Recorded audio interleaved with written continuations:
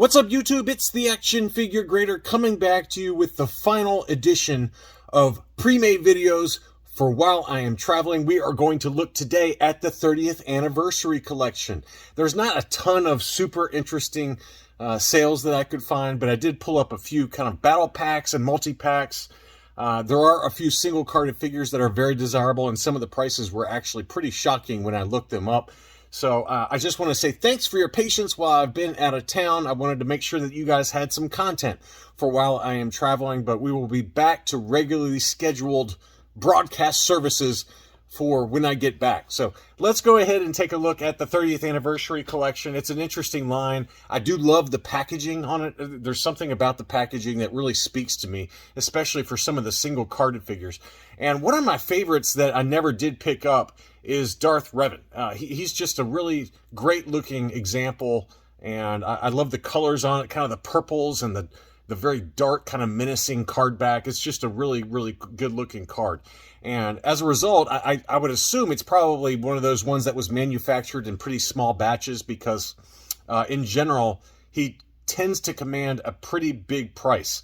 And as you can see on this one, it mentions Toy Fair Fans Choice as selected in Toy Fair Magazine's Top 25 Fans Choice Poll of 2006. So even back in 2006, Darth Revan had a pretty big following, and I think it's a result of obviously the Dark Horse comic books adaptation of Knights of the Old Republic. That, you know, obviously his first appearance comic is a pretty popular one, and there was even an expanded universe novel that I recently read that was really good. But anyway, this Case Fresh C9 condition 30th anniversary Darth Revan sold for $99 free shipping.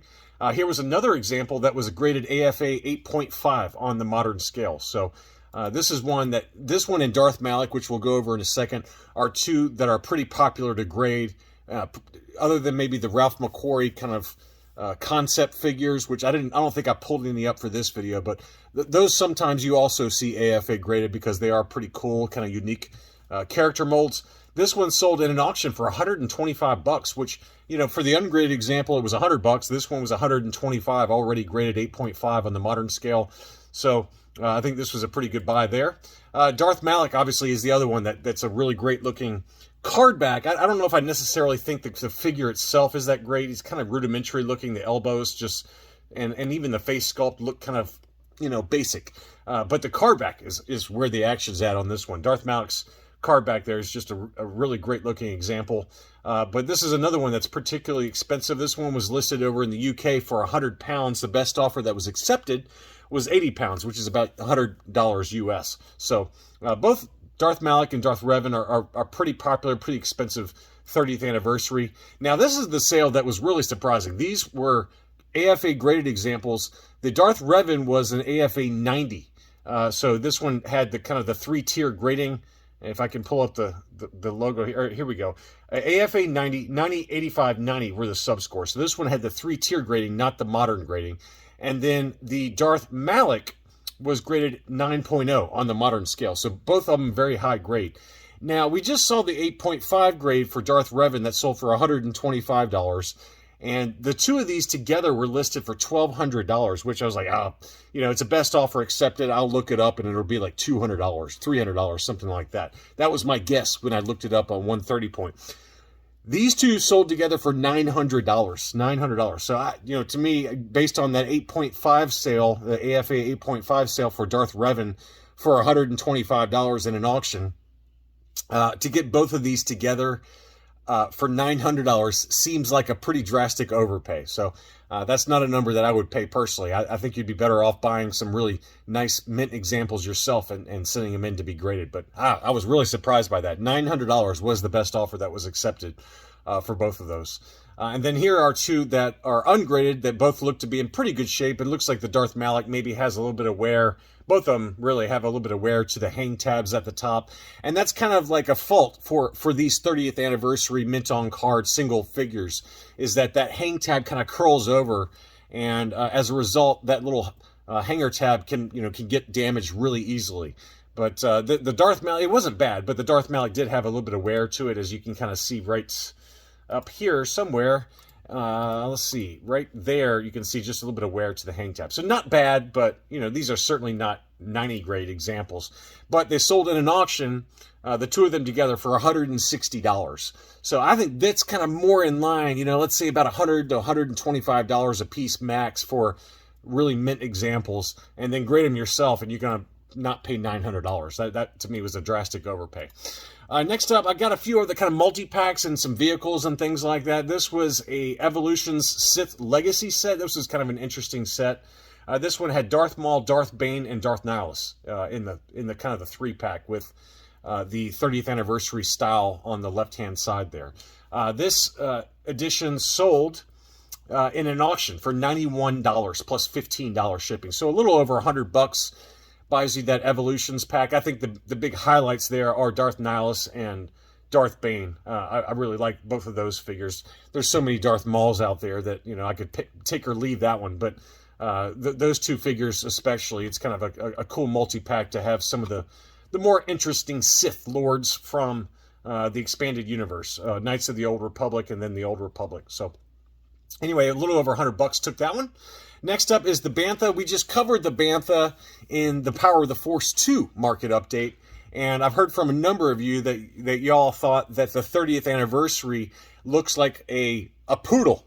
So apparently the Power of the Force 2 version is the one that's more popular, but I just wanted to at least show you this one. But this one includes I forgot the dog's name, that weird-looking dog creature, Mastiff, that's it, along with two Tusken Raiders. One of them is a female with a baby Tusken in kind of like a backpack, and then you got a Tusken Warrior along with the Mastiff, and then you also have another Tusken Warrior riding the Bantha. So that does kind of look a little poodleish with that fur there. So that one did sell for $96 plus $5.85 shipping. So a little bit less. It seems like the Power of the Force 2 version goes for a little bit more money. We documented two that sold for about $190 loose and not still mint and sealed box that were in the Power of the Force 2 line. So next up, I got some other battle packs. This is the Betrayal on Felucia. This is where Aayla Secura gets gunned down by the Clone Warriors after Order 66, as we remember from the films. But that's a pretty cool looking battle pack there. And that one sold for $96 plus $7.95 shipping on 4 bids. This is another one that seems to sell pretty regularly, and that's called the Hunt for Grievous. It's got kind of a nice box style there with some clone troopers kind of popping out of a miniature version of the Republic gunship. So it's really great packaging for a lot of these 30th anniversary figures and battle packs. But this one sold for $107 free shipping, and that's kind of the going rate. I found a number of different sales that were all kind of between $100 and $125. But the Hunt for Grievous was one that you do see pop up pretty regularly. Next up, we had the Max Rebo Band, and then the Jabba's Palace entertainers. So you had the musicians, and then you had the entertainers that came in a separate multi-pack. So both of those together sold in an auction for $129.50. So this is kind of the remastered version, so to speak, where all those silly dancers were kind of shown in a separate multi-pack, and then you had the original band, obviously, in another pack. So anyway, that one sold for, those two together sold for $129.50 plus $16 shipping. Some of the other larger vehicles, and there were some really cool ones. This is the AT-AP Walker, and this one's got kind of like the Kashyyyk style clone trooper in the upper, or the Kashyyyk style trooper in the upper right-hand corner of the packaging. This seller had 3 of them available. 2 of them have sold for $96 free shipping. There's still one available at $96. So pretty cool packaging there.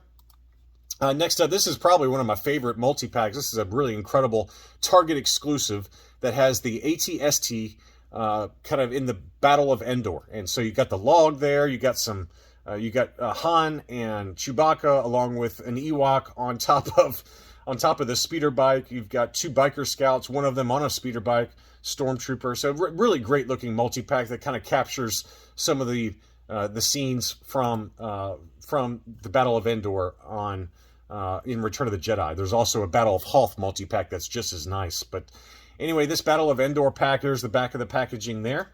And this one sold for $136 and change plus $18 shipping. So about $150 or so gets you that Target exclusive Battle of Endor pack. But look at that beautiful packaging. It's just This is back when Hasbro really did a lot of detail with the packaging, and it's kind of the antithesis of what they go for now with the plastic-free packaging. But that's a really cool looking set. Next up was the ARC 170 Fighter. This was another Target exclusive that shows Oddball there in the upper right-hand corner. This one sold for $117.50 plus $5.65 shipping. Next up is the V-Wing Starfighter. That's another cool-looking early Clone Wars vehicle. That one sold for $125 plus $16 shipping. So there are so many different vehicles that are out there. I just picked and choose a few of them to show. But the other really cool one is a Y-Wing fighter. This probably uses the exact same Kenner mold with some updated paint apps, along with the droid and the X-Wing, or excuse me, the Y-Wing fighter. That one sold for $130 on 2 bids, plus another $60 shipping. So almost $200 for that Y-Wing. That's a really cool looking example there.